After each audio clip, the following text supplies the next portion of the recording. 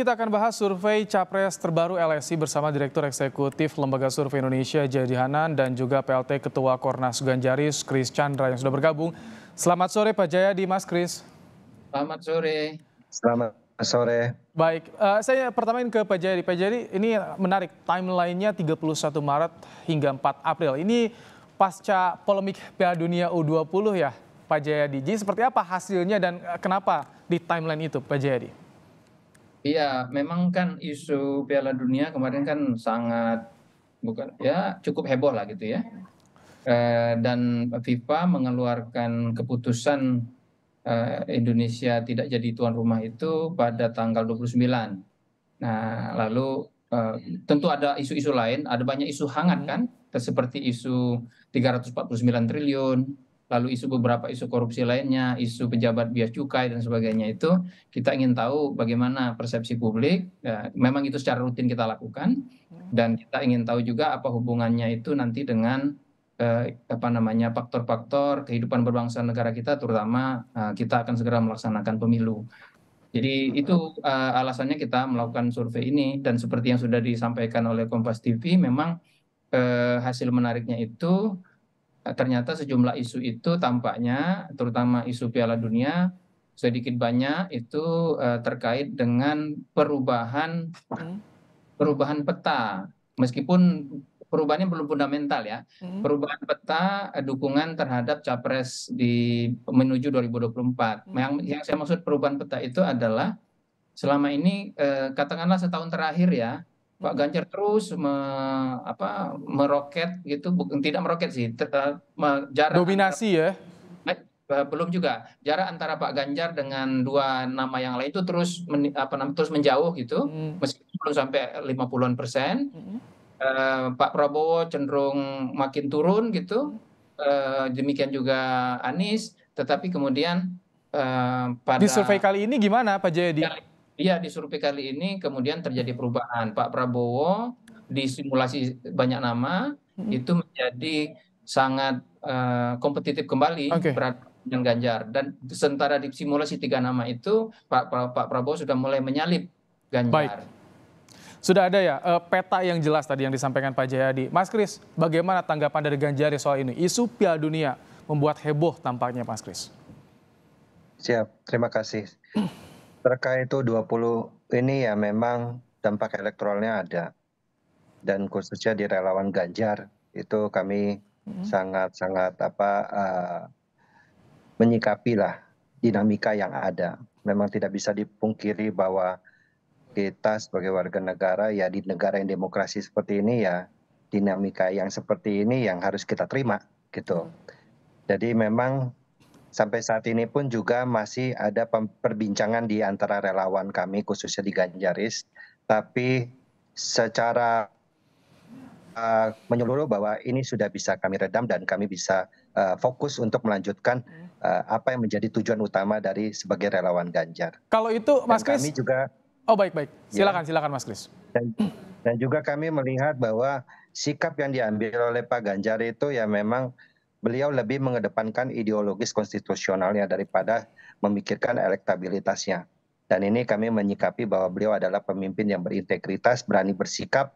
Ketika dalam acara narasi kemarin juga beliau menyampaikan permintaan maaf dan juga menemui pemain U20. Dan ini menunjukkan bahwa sikap beliau sebagai seorang pemimpin yang berintegritas. Mas Kris, kalau misalkan tadi survei dilakukan pasca pengumuman Indonesia batal jadi tuan rumah, ini cukup fairkah untuk menunjukkan elektabilitas dari Ganjar Pranowo misalkan, Mas Kris? Ya, saya rasa masyarakat Indonesia juga sudah cukup dewasa dalam menyikapi setiap permasalahan yang ada, dan kami melihatnya memang untuk hasil survei ini memang sepertinya terlalu terburu-buru karena impact dari kemarin yang U20 itu kan bukan hanya Ganjar saja yang menyatakan menolak, tapi juga banyak tokoh yang menolak. Tapi memang ini adalah tahun politik yang dimana ada upaya-upaya dari kubu kontra Ganjar yang mencoba untuk mengambil panggung ini. Dan kami melihatnya seperti itu. Tapi kami tetap optimis bahwa penurunan hasil LSI ini ya tidak berdampak signifikan, tapi kami relawan tetap bekerja keras. Baik, Pak Jayadi tadi disinggung soal terburu-buru dan kalau Anda lihat memang begitu besar pengaruhnya soal isu Piala Dunia ini terhadap salah satu nama Ganjar Pranowo, Pak Jayadi. Gini, yang mempengaruhi elektabilitas itu kan ketika menuju pilpres atau menuju pemilu itu kan ada banyak ya. Pertama faktor isu, yang kedua faktor figur, yang ketiga faktor fundamental. Faktor fundamental itu biasanya terkait dengan stabilitas ekonomi, stabilitas politik. Faktor isu, ya faktor isu itu bisa bertahan, bisa come and go gitu, Mas. Jadi pertanyaannya adalah yang pasti faktor isu besar seperti isu Piala Dunia ini, karena 70-an% masyarakat kita itu kan menyesalkan, ya, menyesalkan pembatalan Piala Dunia itu. Lebih dari 65% menyatakan tidak menolak kehadiran Israel kalau datang sebagai pemain Piala Dunia gitu. Nah itu, jadi isu-isu seperti ini kan menimbulkan reaksi negatif dari publik. Publik kalau punya reaksi negatif terhadap isu semasa, itu kemudian akan mengalamatkannya kepada kalau dalam kompetisi pemilu itu akan mengalamatkannya kepada peserta pemilu atau calon peserta pemilu atau figur-figur yang dianggap potensial. Nah, saya kira yang itu bukan soal buru-buru atau tidak, itu karena memang isu-isu seperti ini kan bisa jadi dia punya dampak sementara, tapi bisa juga punya dampak yang sifatnya berlangsung lama. Nah, tentu saja tugas dari teman-teman dari pihak Ganjar adalah membuat isu ini menjadi isu yang tidak berpengaruh lama di masyarakat. Tapi kan seringkali isu itu atau katakanlah momentum itu tidak bisa dikontrol oleh kita kan. Momentum atau isu itu bisa muncul dari peristiwa-peristiwa yang terjadi di sekitar kita.